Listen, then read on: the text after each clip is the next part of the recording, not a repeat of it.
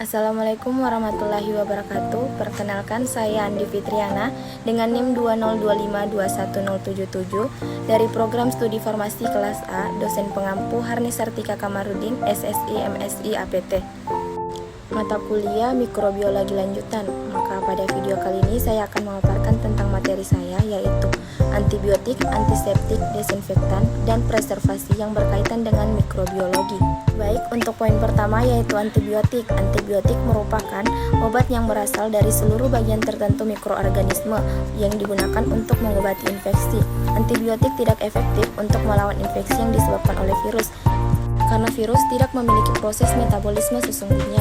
Cara kerja antibiotik yang terpenting adalah perintangan sintesa protein, sehingga sintesa protein ini pun menjadi musnah atau tidak berkembang. Oke, selanjutnya, penggunaan antibiotik yang tidak rasional dapat menyebabkan resistensi. Resistensi merupakan kemampuan bakteri dalam menetralisir dan melemahkan daya kerja antibiotik. Resistensi antibiotik merupakan kemampuan mikroorganisme untuk bertahan terhadap efek. Jadi, masalah resistensi selain berdampak pada probabilitas dan mortalitas, juga memberi dampak negatif terhadap ekonomi dan sosial yang sangat tinggi. Pada awalnya, resistensi terjadi di tingkat rumah sakit, tetapi lambat laun juga berkembang di lingkungan masyarakat, khususnya bakteri Escherichia. Selanjutnya, untuk klasifikasi antibiotik berdasarkan mekanisme kerja terhadap bakteri. Yang pertama, ada inhibitor sintesis dinding sel bakteri, contohnya golongan beta-laktam, yaitu obat penisilin dan amoksisilin. Yang kedua, ada mengubah permeabilitas membran sel, contohnya polymyxin, nystatin, dan amfoterisin. Yang ketiga, ada inhibitor sintesis protein bakteri, contohnya golongan aminoglikosida, obatnya amikasin, dan gentamisin. Yang keempat, ada menghambat sintesis asam folat, contohnya itu golongan sulfonamid, trimethoprim. Yang kelima, ada mengganggu sintesis DNA, contohnya ada rifampicin, metronidazole, dan golongan quinolone. Baik, untuk penggolongan antibiotik, yang pertama ada golongan penisilin, contohnya adalah ampicillin, amoksisilin, dan sebagainya. Yang kedua, ada golongan cefalosporin, contohnya ada cefradin, cefalexin, dan sebagainya. Yang ketiga, ada golongan, yaitu contohnya golongan monobaktam, azithromycin, dan sebagainya. Yang keempat, ada golongan tetrasiklin, contohnya dimethlocycline, doxycycline, dan sebagainya. Yang kelima, ada golongan aminoglikosida, contohnya amikasin, gentamisin, dan sebagainya. Yang keenam, ada golongan makrolida, contohnya azithromycin, erythromycin, dan sebagainya. Yang ketujuh, ada golongan quinolone, contohnya ciprofloxacin, levofloxacin, dan sebagainya. Yang terakhir, ada antibiotik lain, contohnya chloramphenicol, clindamycin. Dilihat dari gambar, ada contoh obat antibiotik yang beredar di pasaran, yaitu ada amoxicillin, ampicillin, penicillin, azithromycin, dan ethambutol.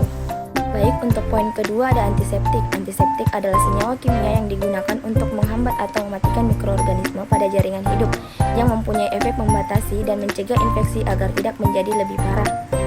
Jadi, antiseptik yang ideal adalah dapat menghambat pertumbuhan dan merusak sel-sel bakteri, spora bakteri atau jamur, virus dan protozoa tanpa merusak jaringan tubuh inang dan hospes.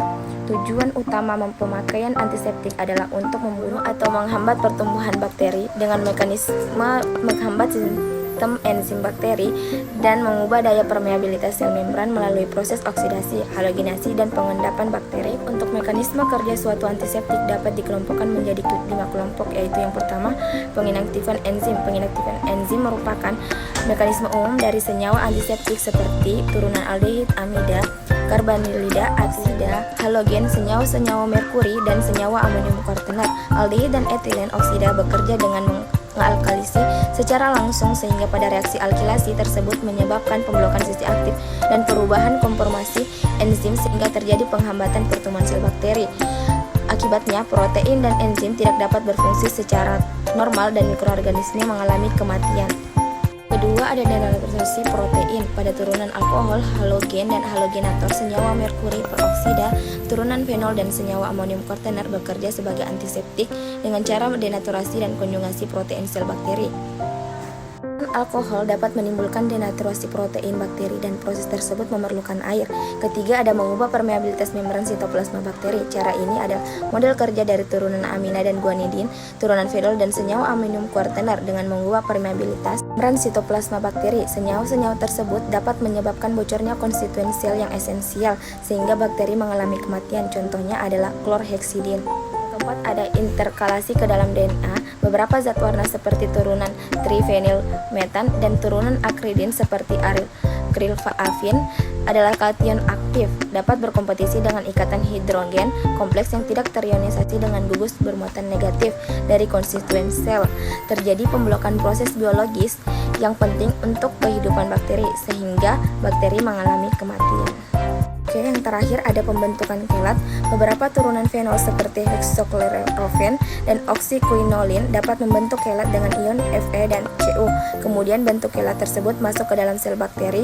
Kadar yang tinggi dari ion-ion logam di dalam sel menyebabkan gangguan fungsi enzim sehingga mikroorganismenya mengalami kematian. Untuk penggolongan antiseptik dapat dilihat dari slide tersebut. Yang pertama ada golongan halogen dan halogenofor, kedua golongan fenol, ketiga ada golongan alkohol, keempat ada senyawa peroksida, dan terakhir turunan amonium kuartenar. Ada gambar contoh antiseptik, yaitu ada antis, nuvo, vidicep atau betadine, detol, dan antiseptik spray yang banyak beredar di pasaran.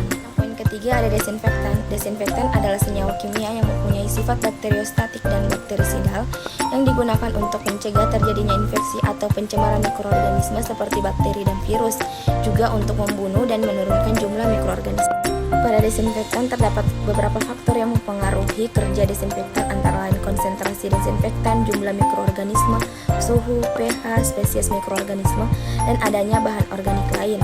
Untuk kriteria suatu desinfektan dikatakan ideal, yaitu bekerja dengan cepat untuk menginaktivasi mikroorganisme pada suhu kamar, aktivitas tidak dipengaruhi oleh bahan organik, pH, temperatur, dan kelembaban, tidak toksik pada hewan dan manusia, tidak bersifat korosif, tidak berwarna dan meninggalkan noda, tidak berbau atau baunya disenangi, bersifat mudah diurai, larutan stabil, mudah digunakan dan ekonomis, dan aktivitas berspektrum luas. Desinfektan terdapat dua golongan. Yang pertama ada golongan glutaraldehyde, merupakan desinfektan yang sangat efektif untuk memberantas bakteri gram positif dan gram negatif. Desinfektan ini juga efektif terhadap Mycobacterium tuberculosis, beberapa jamur, dan virus termasuk virus hepatitis B dan HIV. Yang kedua ada polidimetil amonium klorida yang merupakan suatu desinfektan yang efektif dalam membasmi bakteri, antimikroba, virus, dan jamur atau fungisida. Selanjutnya ada contoh gambar desinfektan yang banyak beredar di kalangan masyarakat atau di pasaran, yaitu ada Wipot, SOS, Backlin, Harpic, dan sanitizer yang semprot. Untuk poin terakhir ada preservasi. Preservasi merupakan suatu usaha untuk menyimpan mikroorganisme agar tetap viabel.